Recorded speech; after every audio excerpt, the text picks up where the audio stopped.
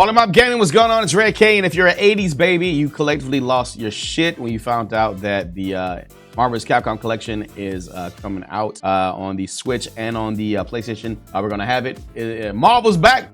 Yeah, so we got some new details. We're gonna get into it right now.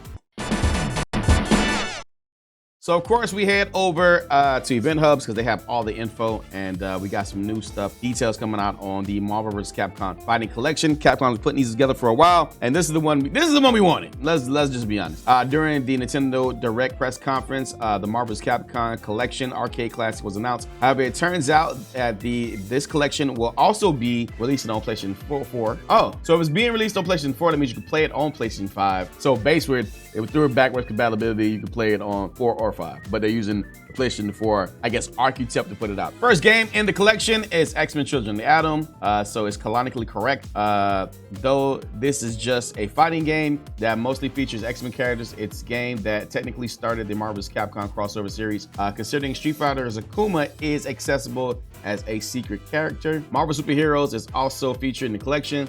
This is a fighting game in which the players got exclusive as Marvel characters, which included a number of villains like Thanos, Magneto, and Juggernaut. X-Men vs. Street Fighter, the first crossover, right? This is the first true crossover that played through Marvel's Capcom series. Eventually, this would evolve into the next game, part of the collection, Marvel Superheroes vs. Street Fighter. Fans will also access Marvel vs. Capcom Clash of Superheroes and MVC2, as we call it, Marvel vs. Capcom 2, notably. There are many players that take playing Marvel's Capcom 2 seriously, even today it has been played at EVO 2023, even though it hadn't been there for a while, not on the main stage. Finally, the 7th game in the collection is Punisher, technically speaking, this is actually a beat 'em up type of game rather than a traditional fighting game, but it's still pretty fun. The announcement of this collection comes at quite a surprise, considering that it was believed that Capcom and Disney relationship had been strained since the flop Marvel's Capcom Infinite, which was both of their faults, let's be honest. Regardless, Marvel's Capcom Fighting Collection Arcade Classic is slated to be released sometime this year, which is good. Features include this collection rollback, global leaderboards, training mode, spectator mode, jukebox mode, which is going to be lit because MVC2 music is amazing, in-game art museums, filters, and more. Check out the list below. So there's still one big feature we still don't know enough of, and that is this training mode that we saw in MVC2, because that's pretty much what everybody wants to play, even though all the other Capcom fighting games, especially Street Fighter versus Marvel, pretty fun. Even the Children of the Atom is pretty fun. But the main focus is going to be on MVC2. Let's stop kidding ourselves.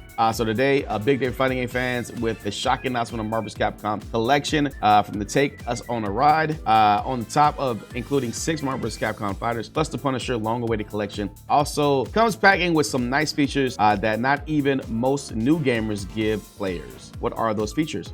The big one that stood out to us most was, of course, inclusion of the Hurtbox viewer. Okay, that's the boxes around the boxes inside the trailer, inside training mode that you can use, which is great for learning games, especially their characters, because we didn't have any kind of frame data when it came back in the day. You had to literally sit there and count, but we wasn't doing none of that. You just kind of like felt it, unless you were like a great player like the Justin Wongs of the world who knew that stuff. Having hitboxes available in Marvel games is practically useful with all of the different size fighters. Yes, there's some stuff that works with some characters and not with some other characters, and all sorts of unique attacks across the roster that may not be fully transparent about their ranges and utility. So this is one of the things that would make this a better purchase or better thing to play in practice mode than maybe a like Fightcade, because they give you this extra thing, right? As far as we can tell, this is the first time MVC will have a feature officially besides PlayStation Vita version of Awesome vs. Capcom 3,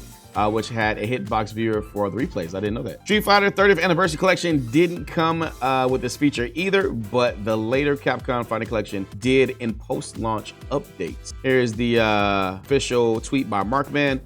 Today's official hitbox viewer are exceedingly rare in fighting games, and despite all of the tools something like Street Fighter 6 gives you, there's still something missing.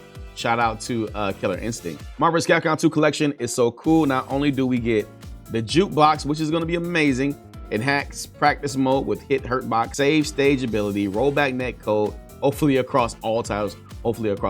Game art resources at the arcade marquees, and they just did it. They did what we wanted. Thank you, Capcom. Besides that, the new Marvel vs. Capcom collection is also a music player, gallery, quick save states, one button specials, which I'm like, I don't know, but I mean, hey, it's like everything has a modern mode. So it's like a modern mode, but for NBC, which is, so one button special modes and more training mode inclusions like block, throw recovery, safe fall, advancing guard, though there looks to be plenty more that we haven't shown yet. Plus there's, of course, rollback netcode because we wouldn't like it if it wasn't. We would not buy the game. With lobbies, lobbies is crazy. The fact that they have lobbies in NBC, it's gonna be crazy. This is like the Master Chief. If you can't understand what this is like the Master Chief collection, but for fighting game fans, basically. So the lobbies that look to be largely the same as Capcom Fighting Collection. So hopefully this means that it'll be there for all the games and have some more advancements too. We're just wondering if there will be bonuses like challenges and delisted Marvel vs. Capcom Origins collection, or of course crossplay. Yeah, will the PlayStation fans get to play with the Switch and the online fans? Do we have crossplay? I'm mad that Xbox was left off this list. Was this some kind of like why was that a thing? I don't even know.